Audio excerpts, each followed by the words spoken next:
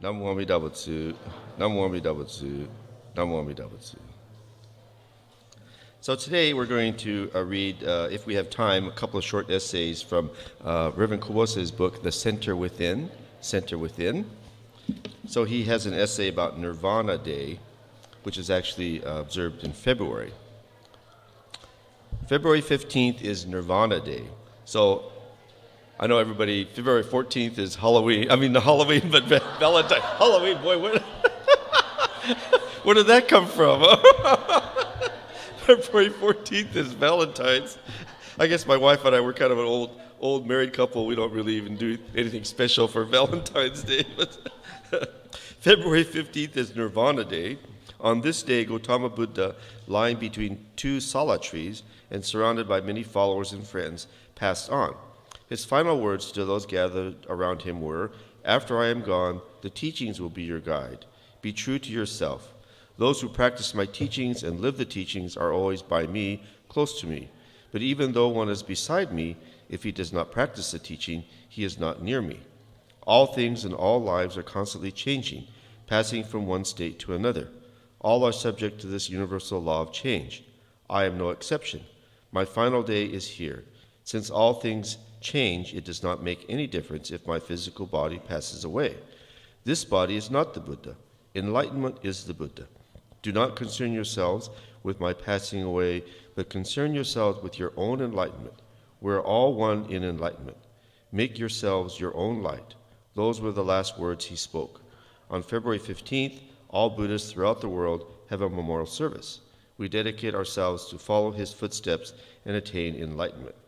The phrase, "to transcend birth and death," often appears in Buddhist scriptures. This means that life and death are different phases of the same process. A continuous birth of life takes place, and at the same time, a continuous dying. Living and dying are the same thing. It is the same life, just different phases of the same existence. Just as a flower blooms, turn it over, and scatters seeds in the same process of life. Budding is not the beginning, and flowering the end. The end is the beginning. The beginning is the end. However, we are so attached to the sadness of separation that we feel birth is fine and death is bad. In the last analysis, we should not be surprised or afraid of death. The Buddha said, "Sickness and death are unavoidable in life because we are one with nature. The continuous changing of things is natural. Why do we think that death is only a sad event? Death is not something to fear. As we are courageous in living and creating, so we should be about death. Transcending life and death is not to become disinterested in or detached from life. Everything has meaning and fulfillment. We should always be ready to die, able to say, 'Thank you for everything,' and quietly, naturally, and peacefully say goodbye. Even at the last moment of life, this undisturbed mind is a beautiful thing. I think this was the Buddha's last teaching. We should learn and have this understanding and attitude in all things in our everyday lives." Okay, so Shakyamuni Buddha didn't claim to be anything more than any other human being.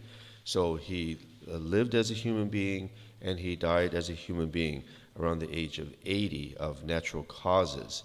Actually, they think he died of food poisoning because he was served a meal that was some kind of spoiled food. And so, you would think that he would be kind of upset, like, "Wow, why didn't you check this food better?" But instead, the Buddha said that there were two most important meals in his life. The first important meal was when he was nearly dying of starvation after he had been practicing asceticism, and then he was sitting under this Bodhi tree, and then a young woman had come there with a bowl of sort of like milk or porridge. She was going to offer it to the gods at this particular tree. But here this emaciated, starving monk is sitting there in meditation, so she gives Siddhartha this bowl of food, and he received this food, received the strength, and realized, oh gosh, this asceticism is not really the way. And with that strength, renewed strength, he sat in meditation and then attained enlightenment. So that was the first important meal. And then he said the most second important meal was this meal with which he would now his last meal with which he would pass into nirvana. So, hard thing to say, and because you would think that the follower that prepared the food would think terribly, oh my gosh, I killed the Buddha. See, I killed the Buddha. But instead he said, no, this is the most important meal, one of the most important meals of my life. So Siddhartha, Gautama the Buddha passed into nirvana around the age of 80. And Buddhist art is quite interesting. They show scenes of this, his passing into nirvana. And so all of his disciples are around, and they're visibly in tears and in sorrow. But it's not just his disciples.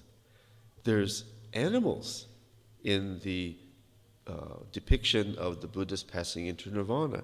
There's cats and dogs and lions and monkeys and elephants, and all these animals are there too, which I think is quite interesting. So all sentient beings were grieving the loss of their beloved master. But he said, don't be attached to this physical body. Don't think that this physical body of this Buddha is the true Buddha. The true Buddha lies in the heart of my teachings, in truth itself. So if you come to know that truth of the Dharma, then you will know the true Buddha, the true me. And with those words, he passed into nirvana. Any thoughts or questions on this first essay about Nirvana Day? Let's see. Oh, yeah, Kevin has the microphone. Uh-huh. Anyone, any thoughts or questions? Yeah, Nadish? Yeah. Uh-huh. Oh, you have 3 mics. Thank you. Yes. So I recently read a book. It says The Last Meal of the Buddha. Yes.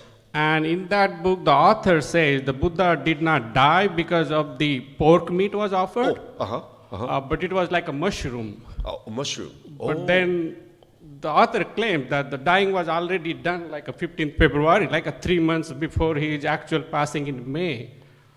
I see. So that it was more of just a natural thing, age, yeah. not necessarily the food. That's right. Okay. Maybe there's more research that's more been done. research. I think that person is an architect, and he went and dig where this was happening. So he saw the pigs were digging those mushrooms. Mushrooms. Okay. I think some name is there, different. I forgot. Okay.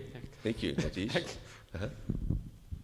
Anyone else? Any thoughts on this essay or Nirvana Day? Yeah. Brian.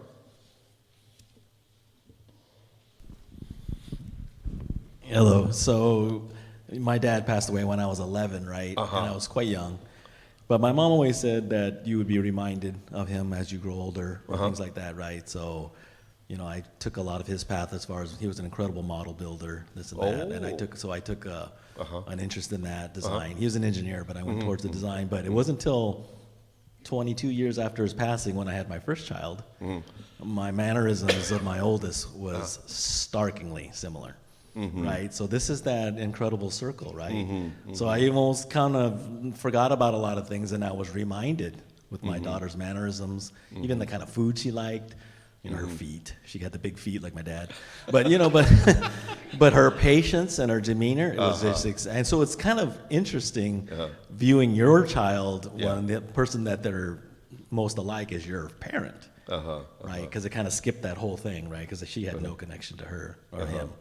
But anyway, that's where when my mom's words really started coming true, is that you'll be reminded. There'll be things that you won't forget, or right? And then I saw that firsthand. Yeah, that's very true. My dad passed away about 3 years ago, and his great grandsons are Daniel Sasaki. Daniel and Amy Sasaki. So Daniel's 3 boys are my folks' great-grandchildren. So I think it's Thanksgiving or something. I'm sitting next to Kyle, Daniel's middle son. And so Kyle kind of hits me on the shoulder like this, like, and my dad used to do the exact same thing. You sit next to him, hey, and I thought it like freaked me out. It's like my dad sitting next to me, He did exactly the same way too. So I'm sure you experience things like that with your loved ones too. Thanks, Brian. Brian's mom, after she lost her husband, raised 3 sons. Raised 3 sons on her own. Youngest 11, and oldest was 6-year-old, senior high school. Oh man, how devastating can that be? But she went to all their games, and all the sales, right? She was like scorekeeper and manager and all that for. Yeah. Anyone else? Any thoughts on this essay or Nirvana Day?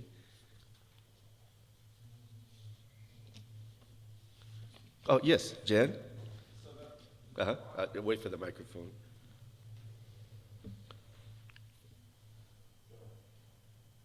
Is it? Yeah, just wait for the microphone so everyone can hear you. There we go. Yes, go ahead. So Nirvana Day is not a big tradition in our sect, or right. So some temples have a special service for Nirvana Day. If we've chosen over the history the 2 Ohigan, Hanamatsuri, Gotane, Hoonko, and Eitaikyo to be our special services. So we haven't made it a special service for Nirvana Day. But some temples do observe somewhat Nirvana Day. Interesting. Yeah. I think the Honganji doesn't list the Nirvana Day as one of the sort of official special services that we observe, even though it's important. Of course, it's important, but the other services are sort of designated as the special services. Some Buddhist traditions, they observe all 3 events of the life of the Buddha in one observance, and I think it's spelled Wesak, but it's pronounced Vesak. So the Buddha's birth, the Buddha's enlightenment, and the Buddha's passing into nirvana is all observed in one observance. In some other Buddhist traditions, like in Thailand, Sri Lanka, places like that. Thank you, Koko-san.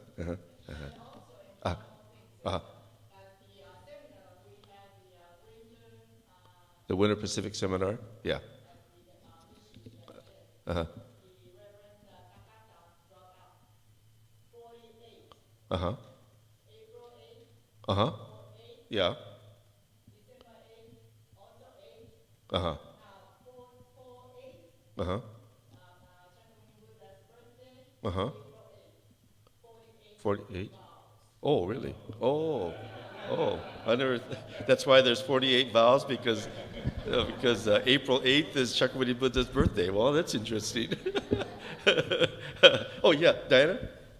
So we grew up living with my grandparents, the Ito family, and at our home, we have a big Butsudan, but I always remember growing up, we never celebrated Bachan Ji-chan's birthday, even though, we're living with them. It was always our great-grandparents or my uncles that had passed away when they were little during the war, we would celebrate Omairi. So the family would gather, all our cousins, we'd have Omairi. Reverend Harada, Reverend Hirata would come to our house. So it's like growing up, it's like, well, we don't really celebrate birthday parties. Yes, for us kids, but for our ancestors and our family, it was always a family Omairi. So I think it's the same when Shakyamuni Buddha passed away. We remember his death, but it's not a sad thing. It's a good thing, and it kept the family together. So we still do We still do have services for so and so's Memorial Day. Right. So it's really and I never thought about it till today when we talked about it. But yeah, it's very important. Right, good point. So those of you maybe not too familiar with some of our customs, there's numerous memorial services after the passing of a loved one, like the 1-year memorial, 7-year memorial, even up to 33 years or even 50 years after the passing of a loved one. So we have a memorial service at the temple or at the home, and then the most important thing is you go eat Chinese food after the memorial service. Okay, anyone else? Any thoughts? Maybe I'll just read quickly this next essay, and then maybe we'll have 1 or 2 comments, and then we'll conclude. So, continuous change. So I thought it related to the first essay as well. A basic teaching in Buddhism is mujo, which means not always the same. In other words, all things are in constant change, constant becoming. To know Buddhism is to understand this continuous change of all things. Life is mujo. To understand mujo is to understand the truth of life. This idea is not unique to Buddhism. Heraclitus, am I saying it right? The Greek philosopher said that all things are like fire. Fire is a constant transformation, and because of this burning and changing, fire has energy. Although it is the nature of things to change, our ego wants to keep things the same. We want to keep life as it is. We desire constancy. We fear change.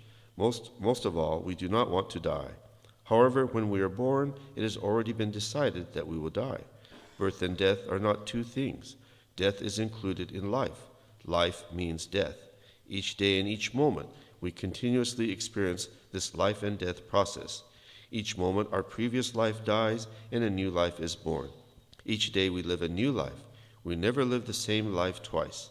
When we plunge our hands into a moving stream, we cannot place our hands in the same water twice. Although life and death cannot be wiped out because it is a continuous process, if one understands and lives according to this process of life and death, that in itself is complete extinction of life as such and death as such. Duality is totally transcended. Life and death are one continuous, simultaneous process. Disappearing is appearing. Appearing already means disappearing. Without death, there is no birth. Without destruction, there is no creation. Buddha's greatest discovery was to realize the simultaneous nature of creation and destruction. This is truth. This is reality. Our lives are no different from all things in nature. Summer follows spring. After summer, autumn comes. It is a continuous process. Buds blossom into flowers. Flowers turn into seeds, and seeds become new plants. If we really understand this reality, it will show in how we live. Today will not be repeated tomorrow. Tomorrow is a new day. Today happens only once. Just as a flower blooms for only a short period, one's life is only once. A flower is beautiful because it blooms and dies. We must appreciate the flower here and now. Plastic flowers lack this beauty, and we have only a shallow appreciation of them. The world is beautiful because it changes. We can appreciate all stages in the process of change. Even though, according to certain values, one stage could be considered more attractive than the other, once we realize the reality of onceness, all stages are beautiful. Only once. This is mujo. To understand mujo is to be able to appreciate, to respect, and to live life fully. If we understand this, we are able to take whatever comes.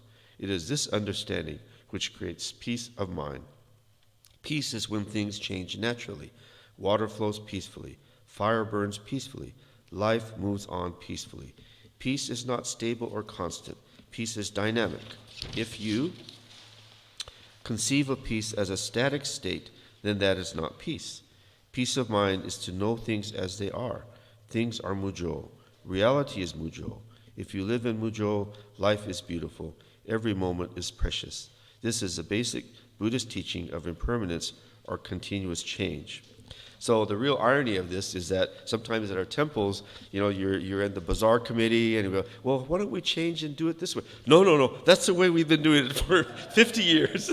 Sometimes we're kind of difficult to make changes, but that's really the reality of life. Maybe 1 or 2 thoughts on this. Anyone? Any thoughts on this essay on continuous change?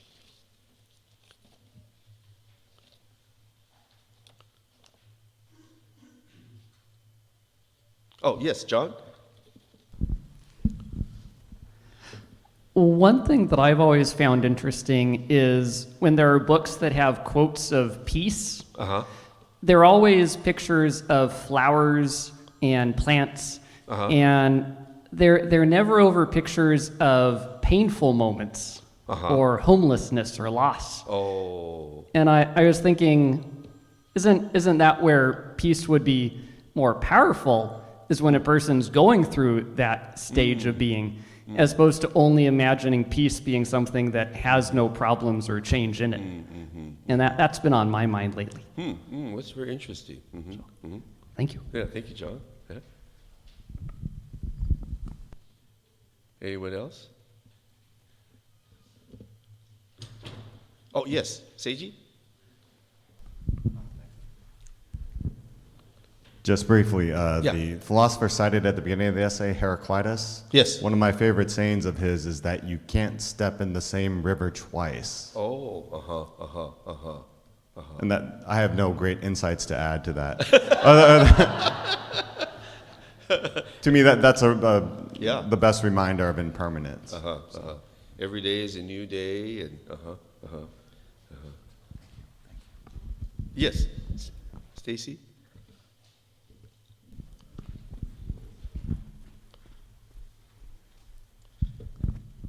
This is quick. Yeah, sure.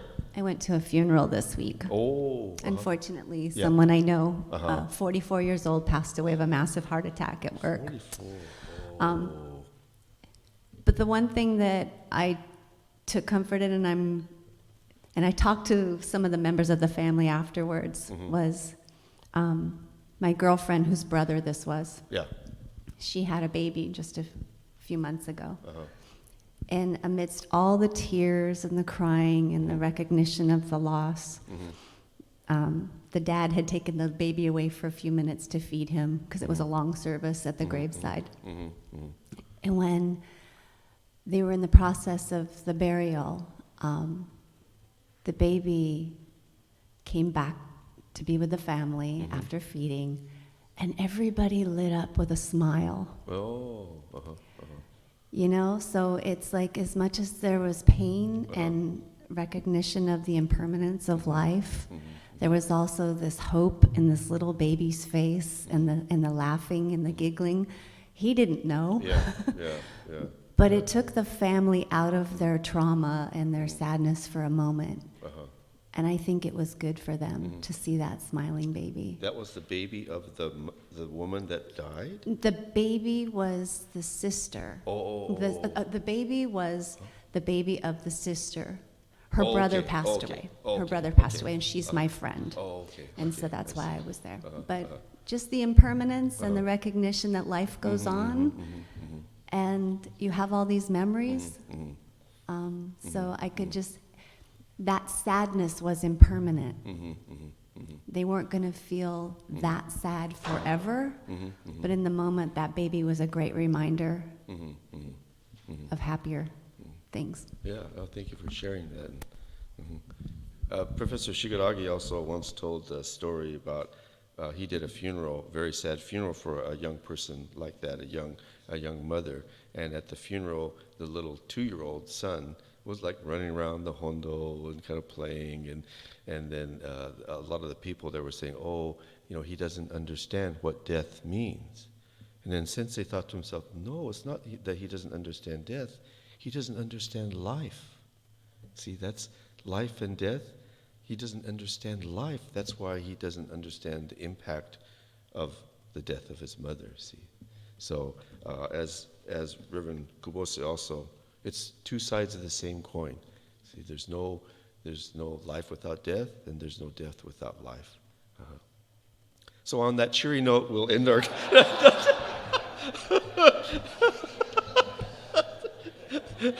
Not to depress you or anything, but we'll close with that thought. Namo Amida Butsu, Namo Amida Butsu, Namo Amida Butsu, Namo Amida Butsu, Namo Amida Butsu.